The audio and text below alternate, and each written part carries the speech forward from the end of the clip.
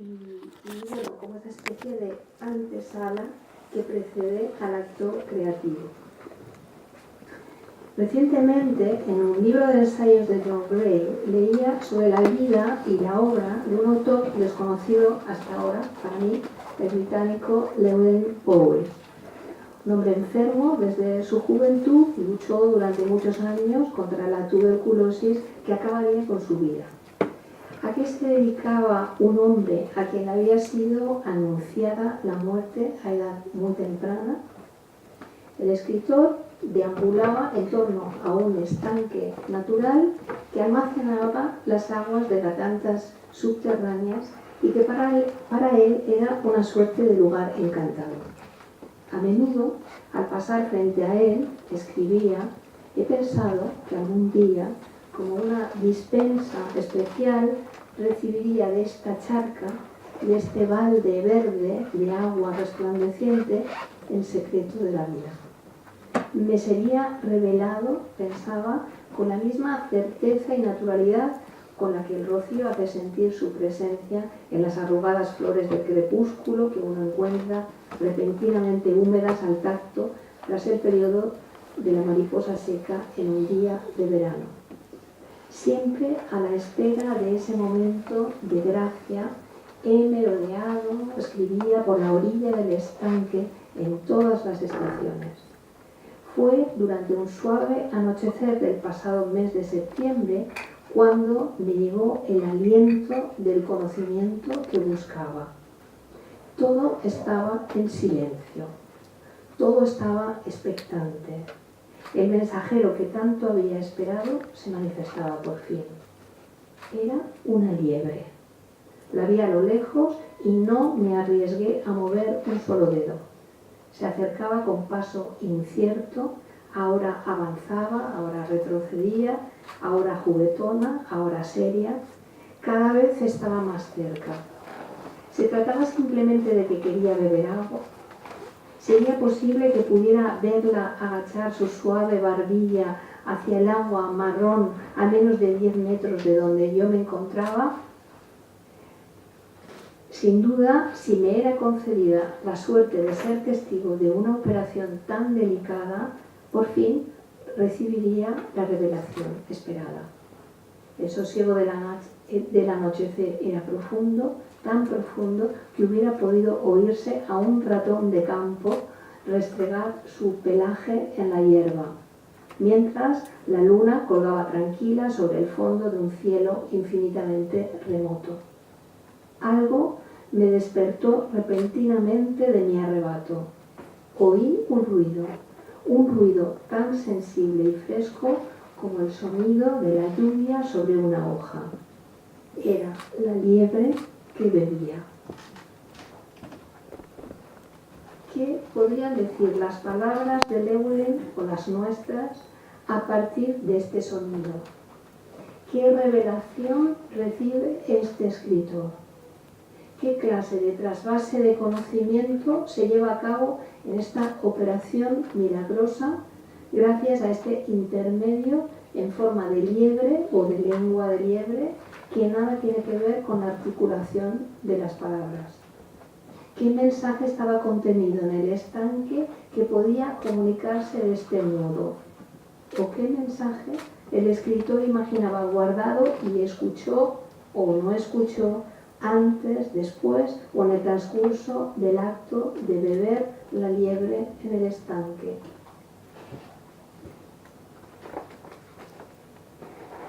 Un gran silencio precede a esta experiencia, una clase de silencio asociada a una clase de sonido tan adelgazado en el oído, podríamos decir, que me hizo recordar algo que leí hace algún tiempo en un ensayo sobre el poder del silencio. El autor británico Callum Kenny dice que no es habitual encontrar en las distintas traducciones de la Biblia los términos puro, absoluto, profundo, referidos al silencio. El término en hebreo del Antiguo Testamento, como ya he dicho, que no sé cómo se dice naturalmente, este término parece provocar grandes problemas de traducción. El libro del que os hablo está escrito en inglés y las distintas expresiones referidas a esta clase de silencio, por tanto, estaban escritas también en esta lengua. Como me llamaron profundamente la atención, las traduje al castellano y os ofrezco aquí una serie de ellas.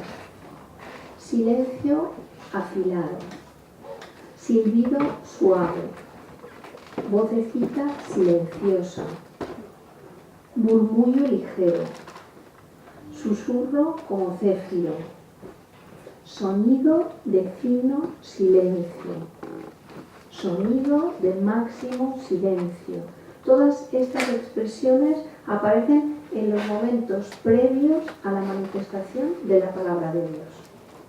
Estos esfuerzos por traducir sonidos apenas audibles, entreverados de silencio o ráfagas de silencio que apagan el sonido como si este fuera la llama de una vela, estas infinitas metáforas sobre un sonido que se aleja o un sonido que se acerca, me llevan a un versículo de Job comentado por Juan de la Cruz, que hace referencia a esa clase de silencio que precede a la llegada de la palabra de Dios.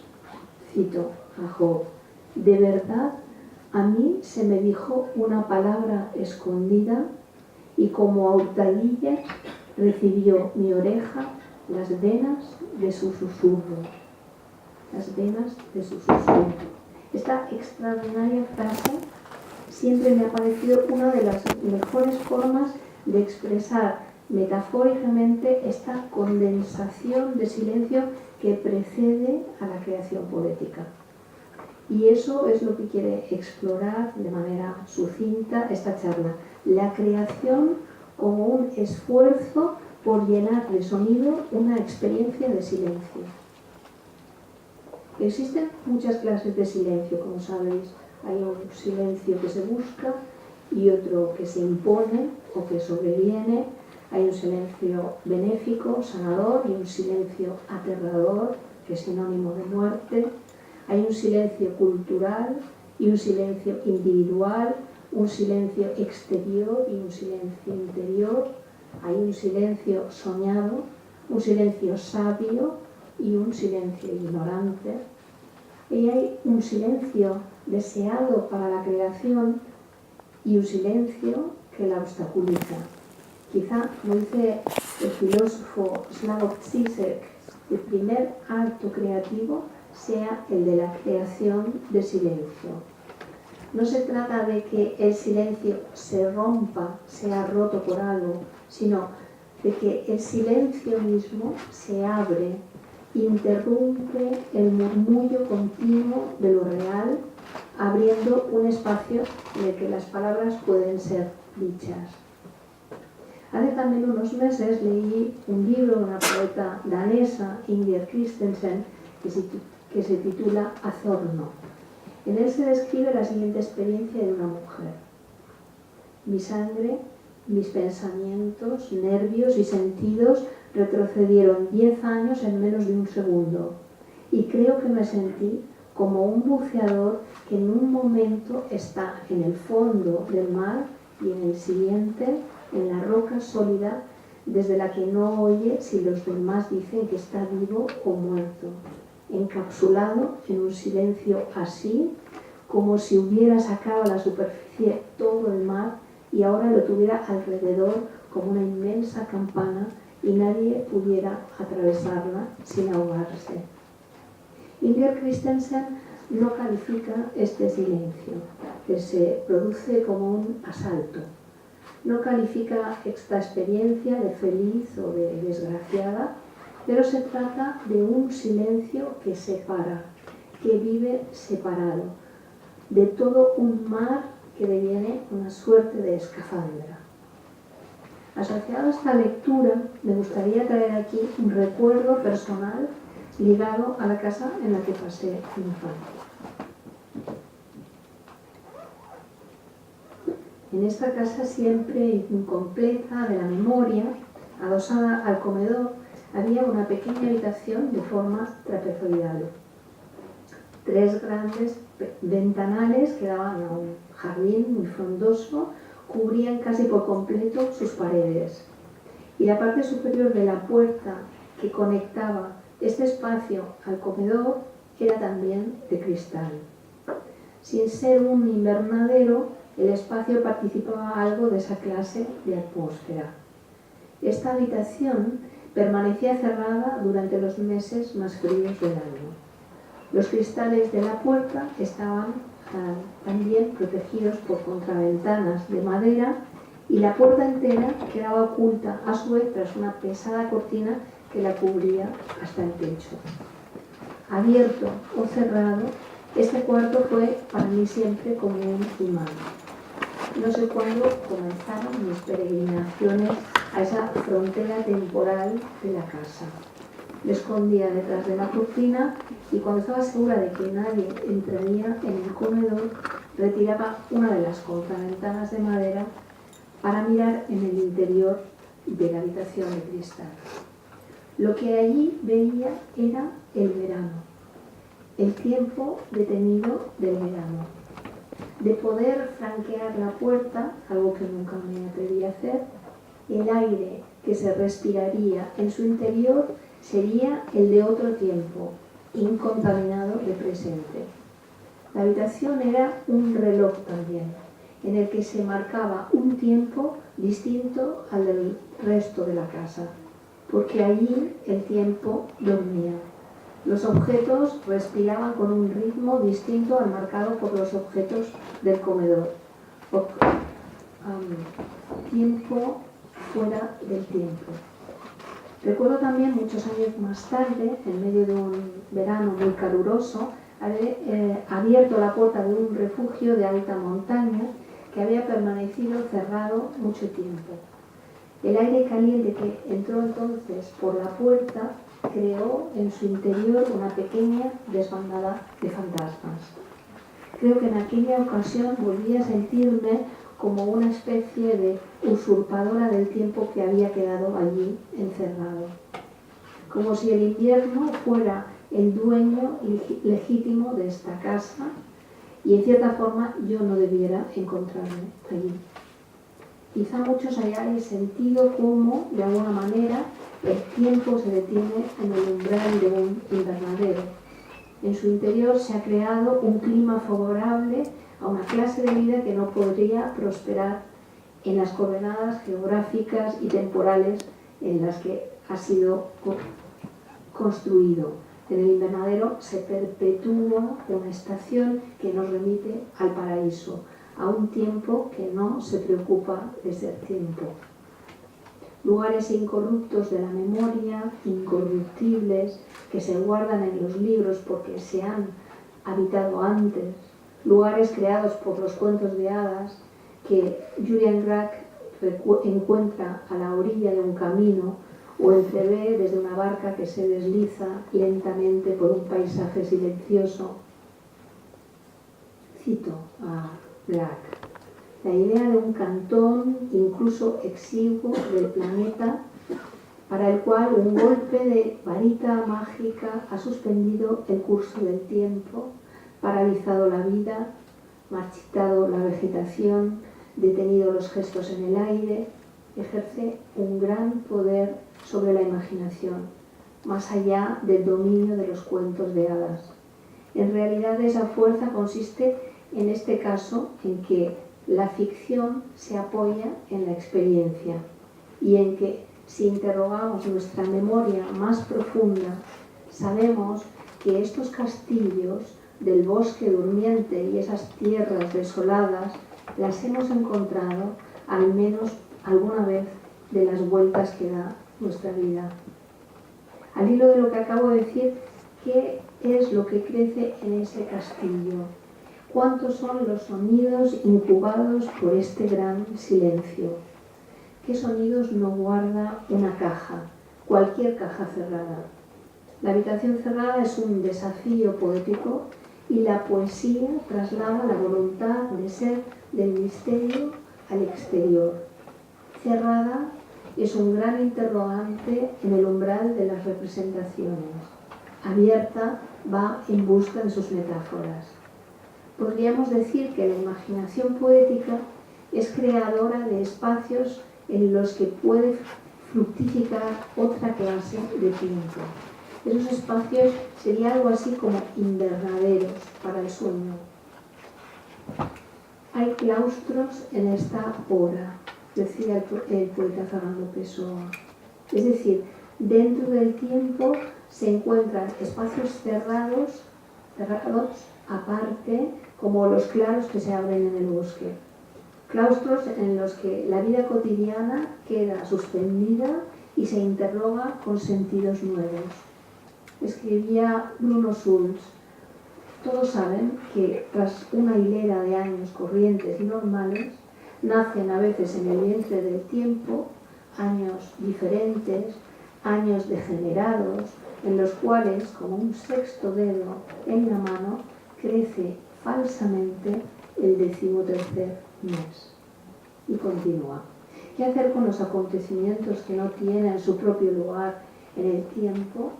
Los acontecimientos que llegaron demasiado tarde, cuando el tiempo ya había sido distribuido, compartido, descompuesto y ahora se hallan suspendidos, no clasificados, flotando en el aire, desamparados y errantes. El 13º mes del año. Diríamos que hay lapsos del tiempo que se añaden al tiempo como excrescencias, como apéndices, y otros que se restan, lapsos negativos de los que nos desprendemos como si fueran ofrendas. Tiempo quemado que arde en la pira del sacrificio para que el tiempo complete su giro en una rueda. Tiempo fuera del tiempo o tiempo en el interior del tiempo. Formas también de andar y desandar los caminos del sonido y el silencio. Escribía Porcelana: la hora es la de ayer, pero la señala una tercera aguja incandescente que nunca vi en los jardines del tiempo. ¿De qué está hecha esa tercera aguja incandescente? Cierto día, de paseo por el bosque, el poeta sueco Thomas Tranströmer descubre un inesperado reloj. Sobre una roca cubierta de líquenes, el sol arroja la sombra del tronco de un pino y la convierte en la aguja que marca las horas. Por su parte, las hormigas que avanzan afanosas por la superficie de la roca pasan a representar la aguja del segundero. Dentro de mí, escribe Tranströmer, dentro de mí el tiempo está inmóvil, tiempo ilimitado, ese tiempo necesario para olvidar todas las lenguas e inventar el perpetuum mobile. Vemos la sombra recta del pino, la hora, los segundos nerviosos de las hormigas y el tiempo concentrado en el interior del poeta, como si fuera una bola de calor, un nuevo órgano, como el hígado o el corazón, un órgano para detener el tiempo y hacer digestión de él. Pessoa deja de existir cuando lo escribe. Dice que se olvida de quién es. En su libro del desasosiego, tras días sin poder registrar una sola entrada, anota esta impresionante reflexión: me he desmayado durante un trozo de mi vida. Si he vivido, me he olvidado de saberlo. El poeta dice haber perdido la conciencia a la orilla de no sé qué. A la orilla de no sé qué. ¿Y dónde estaba el tiempo? ¿Qué clase de silencio preside el ataque de epilepsia narrado en El idiota de Dostoyevsky? Cito: pensó, entre otras cosas, en que en su estado epiléptico había un grado en que casi a punto de darle el ataque, es si esto le sucedía estando despierto, de pronto, entre la tristeza, la bruma espiritual y la opresión, había momentos en que su cerebro parecía inflamarse y todas sus energías vitales se tensaban de una vez en un extraordinario impulso. La sensación de la vida, de la conciencia de sí mismo, se duplicaba casi en estos instantes que no duraban más que un relámpago. Pero esos momentos, esos resplandores, no eran más que el anuncio del definitivo segundo. Nunca era más de un segundo en que empezaba el ataque propiamente dicho.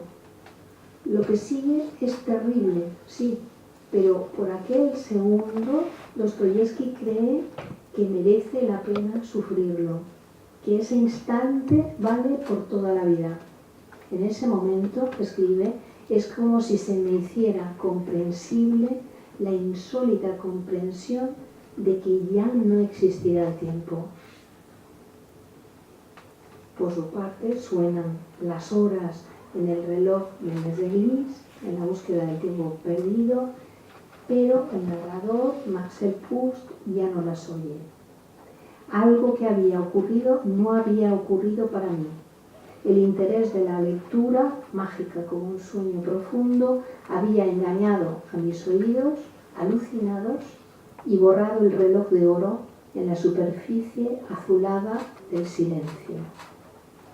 Y este silencio es sinónimo de tiempo borrado o tiempo suspendido, tiempo que cada cual representará en sus propias coordenadas espaciales o a que concederá un valor personal, como el viaje temporal que llevamos a cabo en tantos rituales en los que un tiempo pasado se actualiza, es traído al presente o quemamos en la pira de nuestras propias convicciones. Son experiencias parecidas a estas, vividas en mi infancia también, las que me llevan a escribir un libro titulado Araña, cisne, caballo, en las que el silencio se concentra en el interior de una carpa de circo y el recuerdo de verla acampada en las afueras de la ciudad como contenedor también de un tiempo diferente, tiempo crecido en el interior del tiempo, en realidad un claro abierto en el tiempo. El contenido del reloj de arena ha sido vaciado en la pista del circo y el tiempo es el que marcan las patas y las manos del caballo al trotar en círculo sobre la hora eterna. Para nuestros ojos, el domador es el eje sobre el que giran las manecillas del reloj, mientras en nuestra pulsera el reloj permanece parado, como si hubiera sido sustituido por este. Son estos silencios fructíferos, silencios nutricios, que se traducen en palabras que tienen la capacidad de devolver la experiencia, de renovarla. Pero el silencio tiene o puede tener también un sesgo terrorífico, incluso para aquellos que se ejercitan en él. En mi libro Detrás de la boca retrato el padecimiento de una persona encarcelada que vive sometida a un terrible silencio. Un silencio en el que de nuevo se opera una metamorfosis. Cito del libro. Durante los primeros días hablaba sin parar. Pedía noticias que nunca me daban. Ahora he decidido guardar silencio. Cuanto mayor es el silencio, más oigo. Nunca había oído tanto. Oigo la boca vacía. Puedo sentir incluso los pasillos interiores que unen boca y oídos, las corrientes de aire que les dan vida y que hacen crujir esa madera de pronto enfriada. De tan vivos estos pasillos antes fantasmales, he sentido la presencia de un hombrecillo que caminaba por ellos. Un diminuto mensajero que iba de un pabellón a otro, del gran pabellón auditivo al gran salón de baile de la boca, con una voz a cuestas. A veces, en el colmo de la tensión, en un ejercicio de máxima reducción, como en un juego perverso de muñecas rusas, he llegado a sentir los pasillos interiores que unen el oído y la boca del hombrecillo ambulante, cuya cabeza tiene el tamaño de una punta de alfiler. Así he llegado a sentir, a presentir el silencio, ese fenomenal estruendo que nunca acaba de llegar. Cuando digo que guardo silencio, quiero decir que no hablo, que he sometido la lengua al tribunal del paladar. Yo persigo el silencio que quizá guardo en mi interior, aunque ahora me doy cuenta, no sé lo que es el silencio. Nunca lo he escuchado y lo único que conozco es su posibilidad. Creo que esa posibilidad del silencio, ese gran silencio, es al que se refiere Clarice Lispector en su cuento Silencio, en el que deja claro que nosotros no estamos hechos sino para lo que ella llama el pequeño silencio. Es tan vasto, cito a Lispector, es tan vasto el silencio de la noche en la montaña, en vano uno intenta trabajar para no oírlo. Los oídos se afilan, la cabeza se inclina, el cuerpo todo escucha, ningún rumor, ningún gallo. ¿Cómo estar al alcance de esa profunda meditación del silencio, de este silencio sin memoria de palabras? Si es muerte, ¿cómo alcanzarla? Es un silencio que no duerme, es terrible. Inútil querer probarlo con la posibilidad de una puerta que se abra crujiendo, de una cortina que se abra y diga algo. Está vacío y carece de sorpresas. Si por lo menos escuchara el viento. El viento es ira, la ira es vida. O nieve. La nieve es muda, pero deja rastro. Pero este silencio no deja señales. Pero es que este primer silencio, dice Lispector, todavía no es el silencio. Hay un momento en que el cuerpo descansado se eleva, del cuerpo descansado se eleva el espíritu atento y de la tierra la luna alta. Entonces el silencio aparece. Al principio el silencio parece aguardar una respuesta. Pronto se descubre que no exige nada de nosotros, quizá tan solo nuestro silencio. ¿Puede uno intentar engañar a este silencio? Escribe Lispector. Se deja caer como por casualidad el libro de cabecera en el suelo, pero, horror, el libro cae dentro del silencio y se pierde en la muda y quieta vorágine de este. ¿Y si un pájaro enloquecido cantara? Esperanza inútil. El canto apenas atravesaría con una leve flauta el silencio. Entonces, si se tiene valor, no se lucha más. Se entra él, se entra en él, se va con él. Como decía antes, según la escritora, nosotros no fuimos hechos sino para el pequeño silencio. Si no se tiene valor, que no se entre, que se espere el resto de la oscuridad frente al silencio. Solo los pies mojados por la espuma de algo que se expande dentro de nosotros.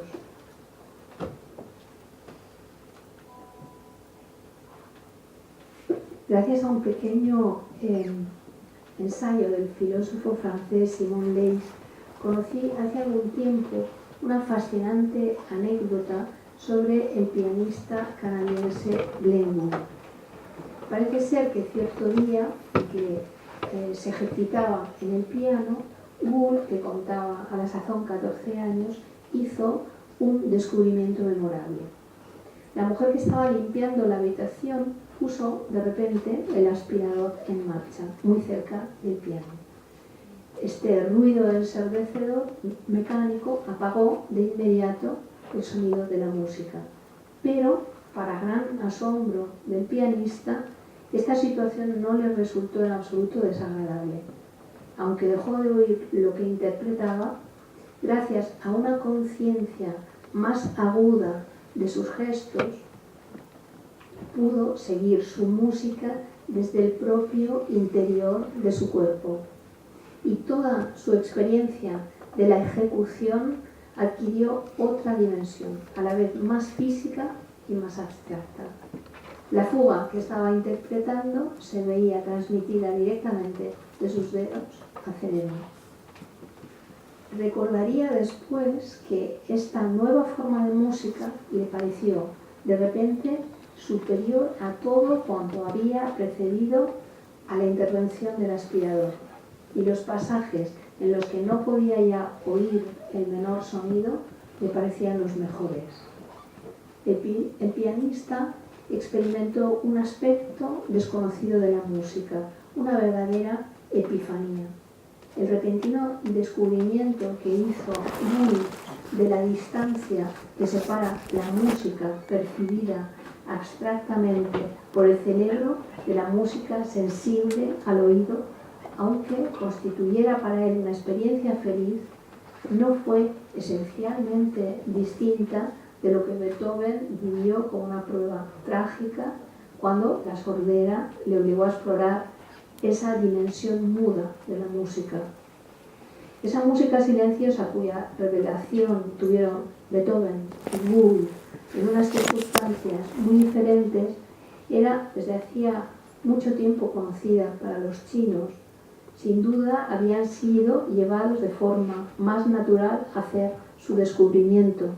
En la música clásica china, las divisiones son cifras, no se indican las notas musicales, solamente la sucesión de los movimientos de los dedos sobre las cuerdas.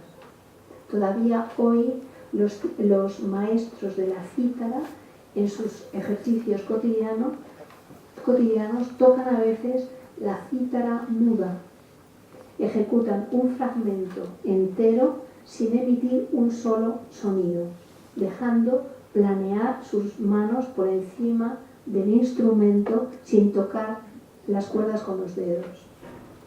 A principios del siglo V, el poeta chino Tao Yuanming iba más lejos aún, se llevaba a todas partes con él una cítara sin cuerdas. Cuando le preguntaban para qué podía servirle un instrumento semejante, respondía: únicamente busco la inspiración que duerme en el corazón de la cítara. ¿Para qué extenuarme haciendo ruido con las cuerdas? Un silencio buscado, el de Tao Yuanming, un silencio encontrado, el de Glenn Gould, y un silencio sobrevenido, el de Beethoven, para una experiencia que parece hablar de las mismas cosas.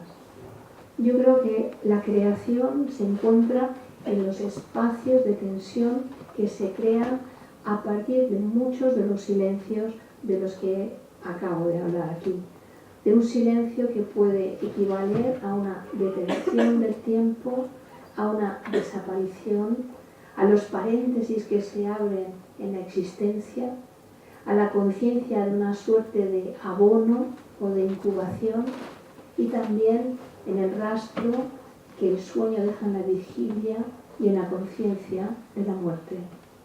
Entre la creación y la contemplación, me gustaría terminar con algo que escribí en mi libro La tabla de las mareas, y que de alguna manera crea una máxima tensión entre silencio yermo y un silencio nutricio. Como cada mañana, una mujer se dirige al espejo y abre la boca. De esta salen enseguida dos lenguas. No una lengua bífida, sino dos lenguas perfectamente diferenciadas, la lengua izquierda y la lengua derecha. La lengua derecha habla como un mercader, ordena su discurso, inspira confianza. Por el contrario, la lengua izquierda apenas es capaz de hilvanar dos o tres palabras y es en apariencia una lengua torpe, atrofiada. Sin embargo, cada palabra que pronuncia esta lengua izquierda tiene un poder paralizante. Antes de salir de su casa, cada día, la mujer cose con sumo cuidado la lengua derecha con la izquierda, una labor sumamente dolorosa. Y cada día también, al llegar a su casa, vuelve a descoserlas y a observar lo que hacen ante el espejo. La mujer piensa que solo una de las dos lenguas es importante, que una de las dos le sobra, pero tiene miedo a arrancarse la otra. Muchas gracias.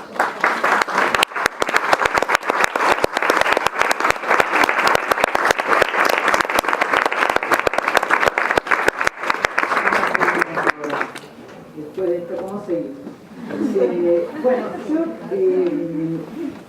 primerísimo quisiera agradecer mucho a Andrés y a María Negroni y a Menchu por la invitación, que fue muy desafiante porque hubo relativamente poco tiempo, pero que me resultó muy fascinante. Y, digamos, la lectura de los libros que ya están aquí me pareció comparable con nada que conociera y que se escribiera en Argentina o incluso tal vez en España. No es que lo conozcamos todo, pero tal vez sí las referencias. Entonces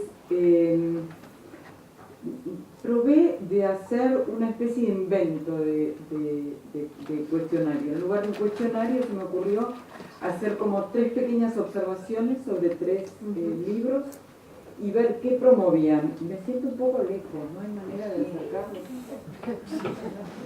¿No había un micrófono por ahí? Eso, vale. Muchísimas gracias. Entonces, ¿está? Así. Se me ocurrió escribir 3 párrafos y ver qué promovían en ti. Me fascinó mucho el hecho de que si uno entra en internet te ves mayormente etiquetada como una poeta. Sin embargo, a mí me parece que si es que sos una poeta, está llena de narración. O sea, es prosa poética, pero no es la prosa poética que conocemos en general, sino que llega a haber mucho microrelato y además uno detrás de otro, ¿no? Sobre todo en el ensayo 7 pasos más tarde. Me resultó fascinante. Después de los 50, vos sabés que la memoria es más larga que el futuro para uno y que todo lo que uno lee suele recordarle a otros. Sin embargo, no me pasaba contigo. Entonces, o sea, como dije antes, no me recordaba a nadie. Entonces, me parece que eso es como parte del secreto de tu escritura, ¿no? Su carácter singular, que no esconde, sino que reelabora todo lo que ha leído, que es muchísimo, sobre todo en 7 pasos más tarde, que es como una especie de enciclopedia de percepciones, ¿no? Para mí. Y me parece que en estos 3 y en este 4.º texto que leíste, hay como un acto, que es el que rige mucho la escritura, que es el acto del reconocimiento. El reconocimiento en el idioma, en la lengua. El faro por dentro. Se trata de un registro personal de reconocimiento del faro como un microcosmos, relatado por el alfarero. Esto incluye un reconocimiento de las alternancias entre la luz natural del día y la luz artificial de la torre, pero también de todo cuanto lo rodea, ¿no? Como un reconocimiento de lo real, me parecía, del mar y del fondo del mar, de la salud, de la enfermedad y de la muerte. Todo está cifrado en esa escena final de la autoautopsia, de alguna manera, si es que la podemos llamar así. Un reconocimiento del sueño, un reconocimiento que además tiene su espejo en el perro, en Basenji, que más que un perro es como un cancerbero, es una mezcla de chacal y de perro guardián de tumba, de faraones, ¿no? Es decir, es un jeroglífico, es una imagen que está en el lugar de un sonido y de una palabra. El reconocimiento también de la propia autonomía, como decía. Me recordaba, porque me gustaba establecer comparaciones generacionales contigo en cuanto a la lectura, por ejemplo a Robert Balzer. No sé cómo resuena eso en ti, aunque no está citado. Me recordaba a Clarice Lispector, a quien sí leíste, que también es como una maestra del reconocimiento en la lengua. También me recordaba un poco a Marguerite Duras, pero a la menos emocional quizás, a la de la vida material. ¿Cómo resuena esto en vos, estas lecturas? Bueno, es siempre sorprendente escuchar algo así, porque, por ejemplo, bueno, Marguerite Duras no he leído tanto, de conocer, la leí hace tiempo y bueno, es una autora que me interesó, pero lo he releído, porque me parece muy interesante sus narraciones, pero no estoy tan cerca de esa sensibilidad, porque no me interesa tanto la psicología. Luego podemos matizar, ¿no? Pero por ejemplo, Robert Balser, que sí he leído muchísimo y que me resulta un autor fascinante, me resulta fascinante porque no lo comprendo. Realmente mi fascinación reside en la sorpresa permanente que me produce su escritura. Cada vez que me siento transportada, porque yo creo que Robert Balser es poeta a su pesar.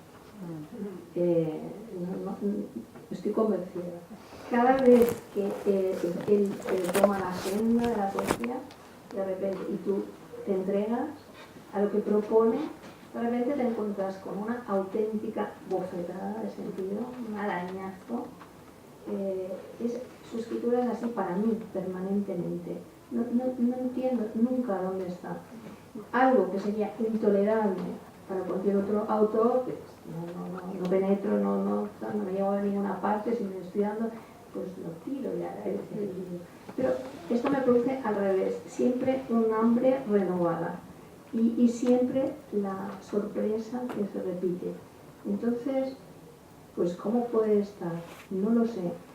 Balser, hay una cosa de Balser que me fascina. Son muchas, ¿no? Los elementos de su escritura que me fascinan, pero por ejemplo que se pueda poner a hablar con una estufa,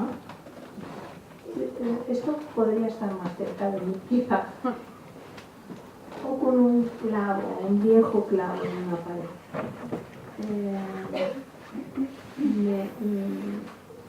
A mí me interesa y quizá practico, no sé cómo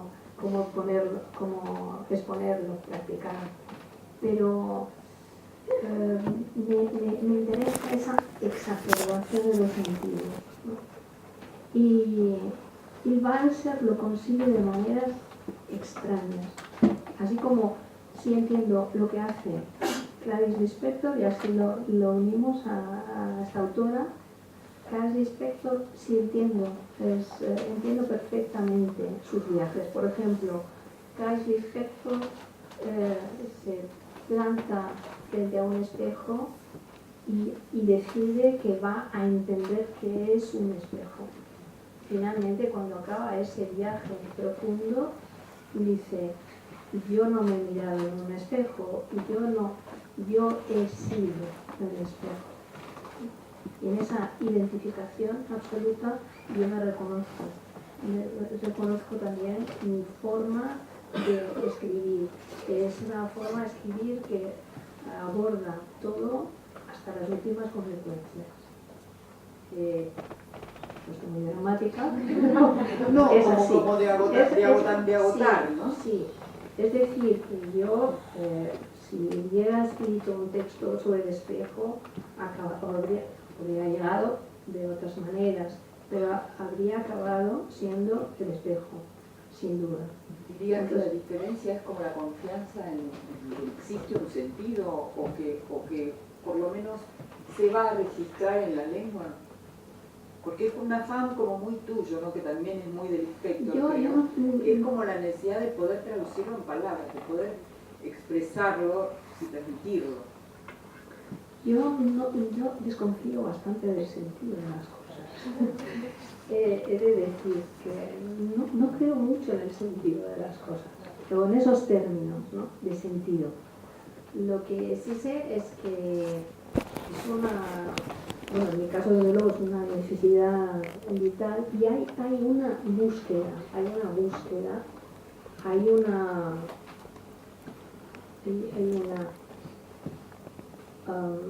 quizá por lo fascinante de la escritura es realmente separarse del yo, abandonar ese sujeto que casi siempre insoportable. Y entonces, claro, en ese abandono, o ese abandono va de la mano del encuentro, ¿no? Para mí lo interesante de la escritura, de la experiencia, sin duda es el proceso y es ese abandono y esa apertura. Ahí, claro, no desapareces completamente. Pensaba el otro día también para explicarme a mí misma, a veces rechazo hasta una expresión que yo misma he acuñado, pero si la repito 3 veces ya me canso y ya no tiene sentido de nuevo y tengo que buscar otra cosa, ¿no? Hay una cosa, de todas formas, a la que suelo ser bastante fiel, porque creo que renueva la experiencia de la escritura y de la experiencia poética, y es ese secreto que se revela sin dejar de ser secreto. Para mí sería lo que más se aproximaría a esta experiencia. Cuando vos decías olvidar el yo, resonaba algo que es muy marcado en tus libros, muy singular. Es como una liberación de todo contexto. No es solamente el yo como bastión de la vanidad o de la identidad, etcétera, ¿no? Todas las cosas, todo aquello a lo que nos ha acostumbrado entre otras cosas, la moda de la autoficción, de la autorreferencialidad. Pero sí hay como una...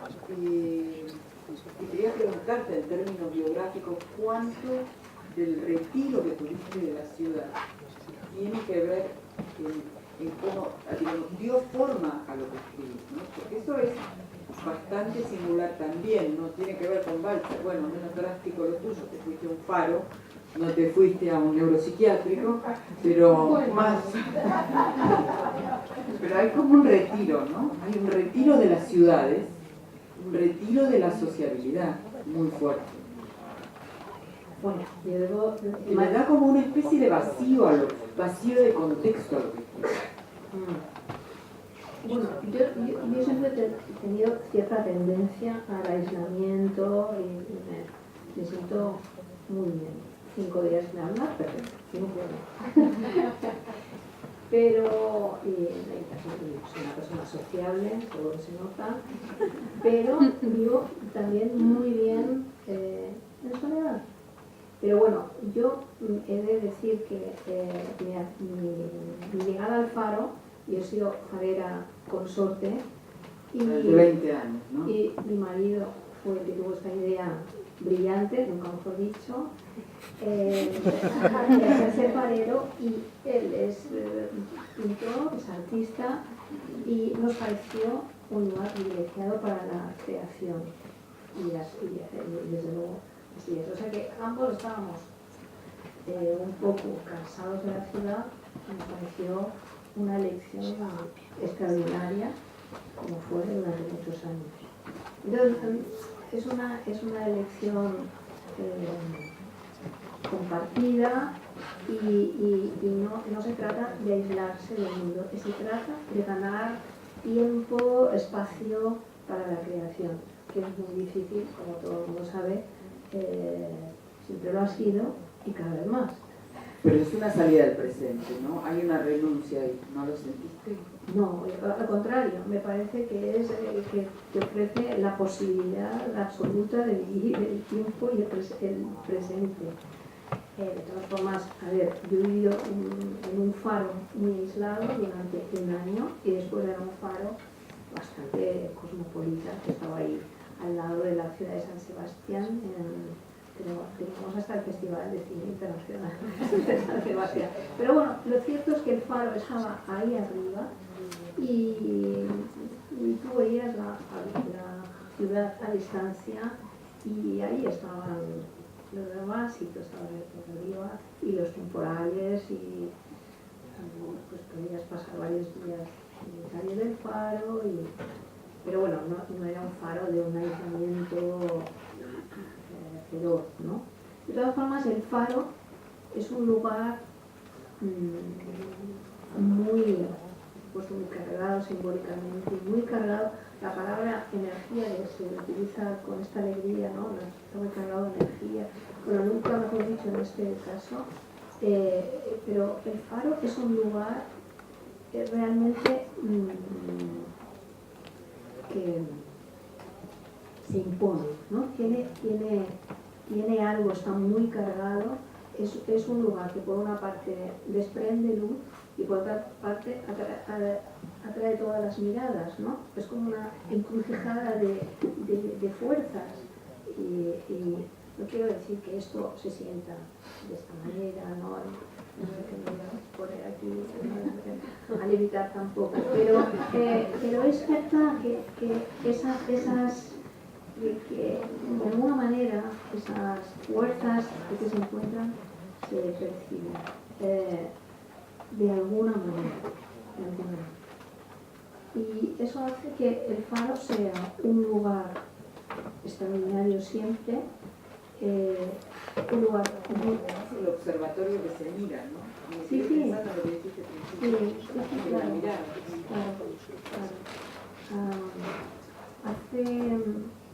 Hace algún tiempo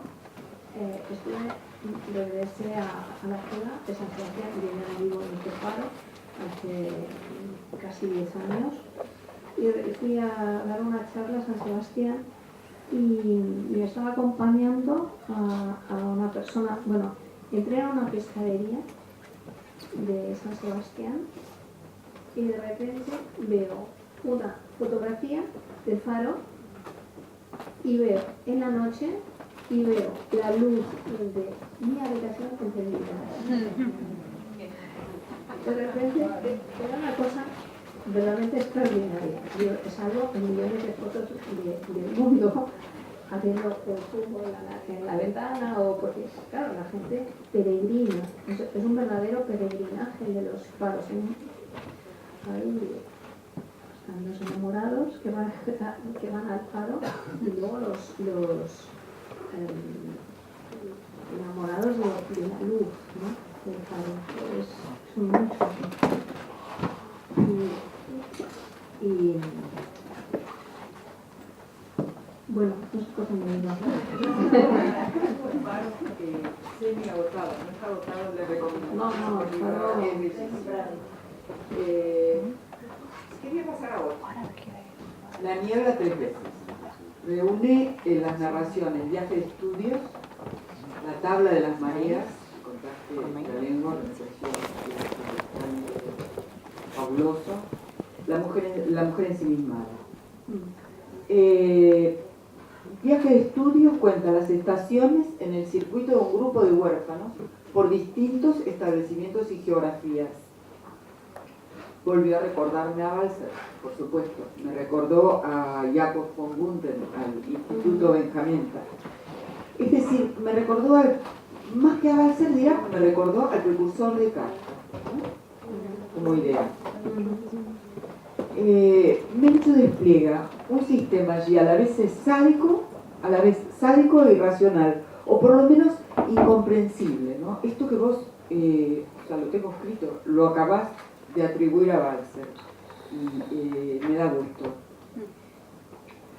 También me recordó a otras dos autoras poco leídas en Argentina, que son la húngara Ágota Christo, no sé si eso resuena en ti, el gran cuaderno Klaus y Lucas, más amable y kafkiana que otra autora que también más pálidamente me recordó, que es Elfriede Jelinek. Aunque Christoph tiene una parquedad más fluida y más amable, ¿no? Que Jelinek. pero a la vez estos autores contrastaban mucho con tu nacionalidad para mí, ¿no? Que evocaras esto y que fueras española, y que transcurriera en España, aunque en verdad transcurre como en un vacío, siempre. O en algo que, como les dije antes, les conté antes, no tiene marcas de contexto precisas. Lo español en Menchu es casi imperceptible y nos daría para una tarde entera de conversación.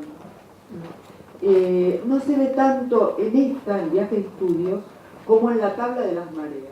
A mí me parece un texto exquisito, con más marcas españolas, con marcas, diría, del franquismo.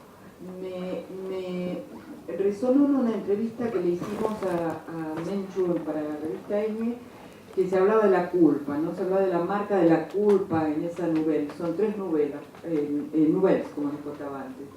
A mí me parece, me hizo pensar en una marca casi biológica del franquismo, en tu generación, por lo menos.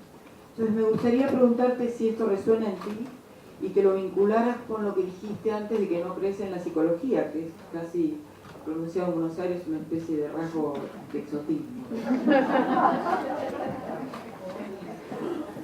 Bueno,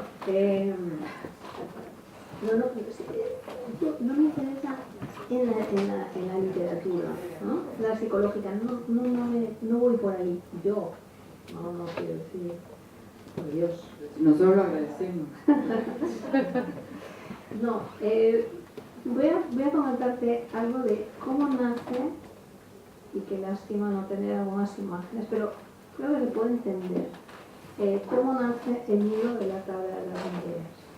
Claro, las lecturas son infinitas, todas las del franquismo, claro, yo me quedo estupefacta, pero lo entiendo, entiendo lo que dices, pero yo voy a contar cómo nace este libro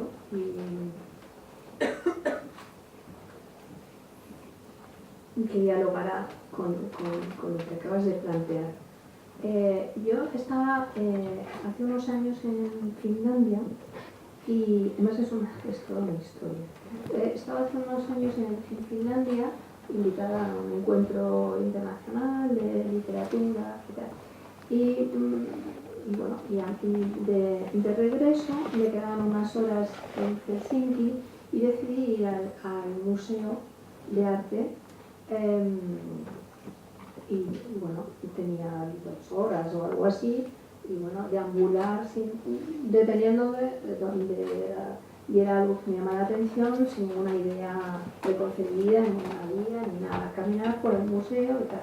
Bueno, pues lleva un rato largo pasando por el museo sin que realmente me hubiera pasado nada muy importante, hasta que de repente, y cuando ya estaba perdiendo las esperanzas, es decir, de repente me quedé clavada delante de un cuadro.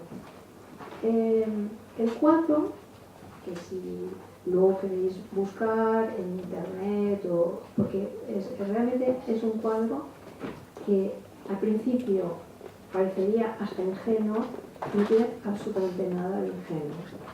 Te vas dando cuenta a medida que lo contemplas. Pero es un cuadro de un autor para mí totalmente desconocido y casi desconocido, no sé, desde luego en Europa prácticamente no se conoce más que en Finlandia, que se llama Hugo Silver. Y el cuadro representa a unos niños que llevan, a unos niños pobremente vestidos, que llevan en parihuelas a un ángel herido, un ángel niño también, con una bendita y tal, y lo llevan en parihuelas. Uno de los niños que llevan mira a los lados del cuadro y la factura es muy clásica, tampoco hay nada así muy llamativo en el estilo, pero la imagen, que en principio, incluso si hubiera ido a otra velocidad, me hubiera parecido hasta melifluo, pues yo el caso es que ya iba a pasar cuando regresé y me quedé viendo contemplando este cuadro con gran detenimiento, sin saber por qué, durante mucho tiempo. Y cuando digo mucho tiempo, quiero decir mucho tiempo, sin entender por qué yo estaba viendo este cuadro.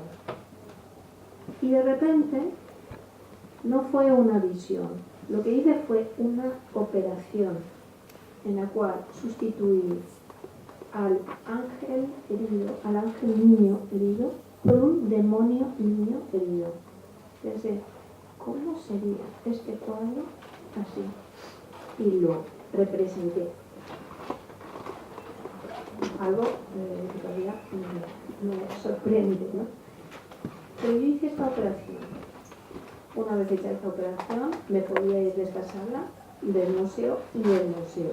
Pero no sin antes ir a la tienda del museo para ver si encontraba esta imagen, una postal o algo. Cuando llego a la tienda de uno de estos expositores de postales, me encuentro el cuadro del que os hablo, es un cuadro de factura clásica, el óleo, y de repente me encuentro con una especie de caricaturas, dibujos, pueden ser viñetas, en los que veo a una demonia que lleva a dos demonios niños colgados de los pechos, desnuda, y está hablando con unos paisanos en una casa de conversación natural. Y ahora veo los dos grandes demonios, esta mujer demonia y de repente, ¿pero esto qué es? Cojo la postal, tomo la postal, perdón, es una palabra tan inocente en castellano, pero tomo la postal, le doy la vuelta y es el mismo autor, Hugo Simberg. Pero Hugo Simberg. Pero esto, ¿cómo es posible? Es que si veis los estilos son casi antagónicos, es que no podían ser más dispares, ¿no? O sea, los dibujos de la pintura, nada que ver, pero el hecho es que él estaba un poco más allá, me veo, yo aquí ya me quedé estupefacta y veo una postal que también me llama mucho la atención y también con un estilo muy ingenuo, así, casi infantil. Veo un paisaje que es una especie de estuario y a un lado y a otro hay una iglesia blanca y una iglesia negra. La iglesia blanca, preciosa, y la iglesia negra es como de dibujos animados, la torre está tronchada, así como si le hubiera tocado un rayo, y tomo la postal, Hugo Simberg. Entonces, yo tomo estas dos postales, me subo al avión y ya sabía que iba a escribir un libro en el cual la geografía iba a ser esta y los personajes iban a pasar de una orilla a otra, de la orilla blanca a la orilla negra, pues vamos a hablar de la iglesia blanca a la iglesia negra, y los personajes iban a ser un hombre, una mujer, un niño, una niña, una demonia joven, una mujer joven, todas las edades del hombre y la mujer y de los demonios representados en todas las edades, y los personajes iban a pasar de una orilla a otra. El libro se titula La tabla de las mareas y estas mareas no eran precisamente de agua, sino de vicios y de virtudes. Pero lo que más me interesaba no era el mundo blanco y negro, pecado, sino la idea no es que era lo que me interesaba era el nacimiento de la culpa. ¿En qué momento conseguir encarnar, en qué momento cristalizaba, ¿no?, el sentimiento de culpa? Pero voy a rematar un poco esto porque tiene una secuela que para mí sigue siendo muy emocionante. Yo terminé naturalmente esta postal, pues para mí creció y, por ejemplo, al lado en la iglesia blanca está rodeada de una rosaleda, la iglesia negra está rodeada de zarzas, es casi un lugar inaccesible. Y al final del libro, y las rosas y las zarzas aparecen en varios momentos del libro. La última imagen del libro es una mujer que se mira en las manos y la mano izquierda está asaetada por las espinas de las rosas y la otra por las espinas de las zarzas, ¿no? Esa es la última imagen del libro. Pues unos años más tarde, ya publicado el libro, me volvieron a invitar a Finlandia y una traductora de finés me dijo, te tengo que llevar, cuando acabe este encuentro, al norte del país, donde hay Tampere, se llama la ciudad, que fue decorada con frescos de Hugo Schindler, porque ella ya había leído un libro y dice, y tú tienes que ver esto.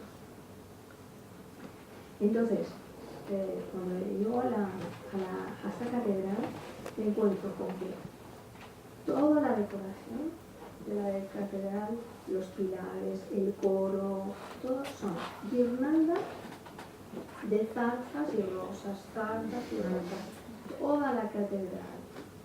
Y hay un cuadro de Hugo Schindler, en el que está, supongo que será autobiográfico, el autor, y de él están tirando, él está en una encrucijada de un camino y está tirando de una mano un ángel niño y de la otra un niño. Entonces, yo no tengo poderes, esto es así. Pero es evidente que lo que ¿Cómo lo interpretas? Lo que se me hizo muy claro es que, naturalmente, en el cuadro que tanto me llamó la atención del museo, en el que los niños llevaban a este ángel herido, ahí estaba también el demonio. Y eso es exactamente lo que pone en marcha este libro. Bueno, quedamos así como salimos para Finlandia, o por lo menos vamos a googlear esta noche mismo. Es fascinante, además uno puede pensar que encontraste la semilla de una lógica y que se llevó de ese ángel en la parihuela, que tampoco es una imagen tan habitual, ¿no? Porque su formato, su estilo tal vez fuera clásico, pero no es tan habitual un ángel, un ángel herido o una parihuela. No eran unos niños de Murillo, no. Bueno, yo quisiera, no sé cómo estamos de tiempo, porque pero yo quiero dos preguntitas, o por lo menos compartir con ustedes lo que pensé en torno a 7 pasos más tarde. Es ya declaradamente un ensayo, me parece, muy bachelariano sobre el tiempo, que toma el tiempo dentro y fuera de la conciencia, ¿no? Entonces es un libro de pasajes también. El tiempo comunidad de vida, parte de lo que es el ensayo lo vimos en el texto sobre el silencio que compartió con nosotros Menchu. El tiempo comunidad de vida, decíamos, pero también en su valor metafórico universal, ¿no? El tiempo en el libro es una metáfora que puede reemplazarlo casi todo. Encontré, por ejemplo, la descripción de un trueno como un desmoronamiento de tiempo, que me pareció extraordinario, ¿no? Cómo el tiempo se hace audible, se desmorona cuando truena. pero también el tiempo es la flor de una carpa de circo, como una suerte de gran paraguas inmaterial de tiempo, estrictamente infantil, ¿no? Como la carpa de un circo preserva físicamente el tiempo infantil y el tiempo de la infancia que se recuerda aunque no se haya ido al circo de niño, ¿no? Esa es una experiencia que tal vez todos tenemos, no hace falta que hayamos ido al circo ni haber participado de ese mundo para tener esa percepción de la infancia encapsulada allí, materializada. Una poética del tiempo, 7 pasos, me pareció sobre todo una enciclopedia de hallazgos, Menchu, y de descriptores sonoros y visuales, extremadamente útil para alguien que está, por ejemplo, aprendiendo a escribir. Me parece que algo que se describe es trasladado a una especie de traductor muy semejante. Es también una enciclopedia, un vademecum de autores amados por ti, y engarzado fuera de contexto y fuera de toda temporalidad y vicisitud geográfica. Las citas son adventicias, ¿no? Es una cadena de citas el libro, ampliadas con observaciones tuyas, que proceden como por asociación o por contigüidad, todas esas referencias, ¿no? Y en ese sentido también un manual de emociones finalmente precisadas y transmitidas. Eso es lo que quería decir sobre tu libro, que nos podrías contar cómo armaste esta enciclopedia. Bueno, pues quizá lo mejor sea de nuevo decir cómo se pone en marcha, ¿no? Porque realmente es de nuevo una emoción que remite a otra emoción, que remite a otra emoción, ¿no? Pero yo no me había propuesto nunca escribir un libro sobre el tiempo. Hay millones de libros extraordinarios sobre el tiempo, pero sí, volviendo a operar a mi emoción, recordaba algunas cosas que me habían conmovido y que podían construir algo un poco diferente. Una especie de poética de las medidas del tiempo. Las medidas. Finalmente, todo acaba en una reflexión sobre el tiempo, ¿no? Un acercamiento a la idea del tiempo. Pero quería hacerlo a través de las medidas. Y las medidas están en los relojes oficiales, y hay otros muchos relojes poéticos que no tienen. Acabo de hablar de esa tercera aguja incandescente de porcelana. ¿Qué marca esa tercera aguja? O sea que yo quería hablar de mi propia experiencia también, temporal, y de otras medidas del tiempo, no oficiales. Creo que uno de los motores del libro es un verso de un poema de Celan, en el que, un poema, solo citaré esta línea. Él habla de 7 rosas más tarde. ¿Qué medida del tiempo es esta? 7 rosas más tarde. A mí esto me produce toda una tormenta sensorial, porque este tiempo se está midiendo también con el olfato. Está hablando de unas rosas que son 7, pueden ser como 7 astros que se levantan y que se ponen cada día. Entonces recordé también cómo el maestro de té se refiere a qué es lo que va pasando cuando va tomando la primera taza de té. La primera taza comunica una cosa, la segunda taza otra, y así, y de nuevo son 7, y habla de la séptima taza. Hay una cosa en la epopeya de Gilgamesh que también siempre me produjo fascinación, y es que cuando el héroe duerme, una mujer cuece 7 panes para demostrarle, cuando despierte, que ha estado 7 días y 7 noches durmiendo. Entonces, el reloj será el pan, porque el pan se habrá ido quedando más rancio, la textura del pan irá contando el tiempo. Entonces, ya todo esto en mi mente empieza a trabajar y a tenderse puentes y a pensar. Podríamos decir 7 panes más tarde, 7 rosas más tarde, 7 tazas más tarde. Y naturalmente ese número 7 está apelando a la semana, a los 7 días de la semana. Y entonces, ¿por qué un lunes? ¿Por qué un martes? Un martes tiene una calidad especial. Bueno, y así se va construyendo un libro. Empieza a contarse con los sentidos de otra manera, ¿no? Empieza a contar el tiempo con Campanadas. pues sí, con el sonido de la campana que pertenece al linaje del corazón, ¿no?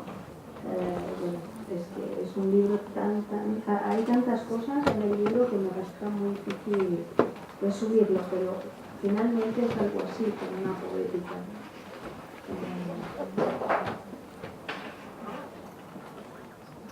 No sé, María nos va a decir cómo estamos de tiempo, si podemos dejar algunas preguntas al público.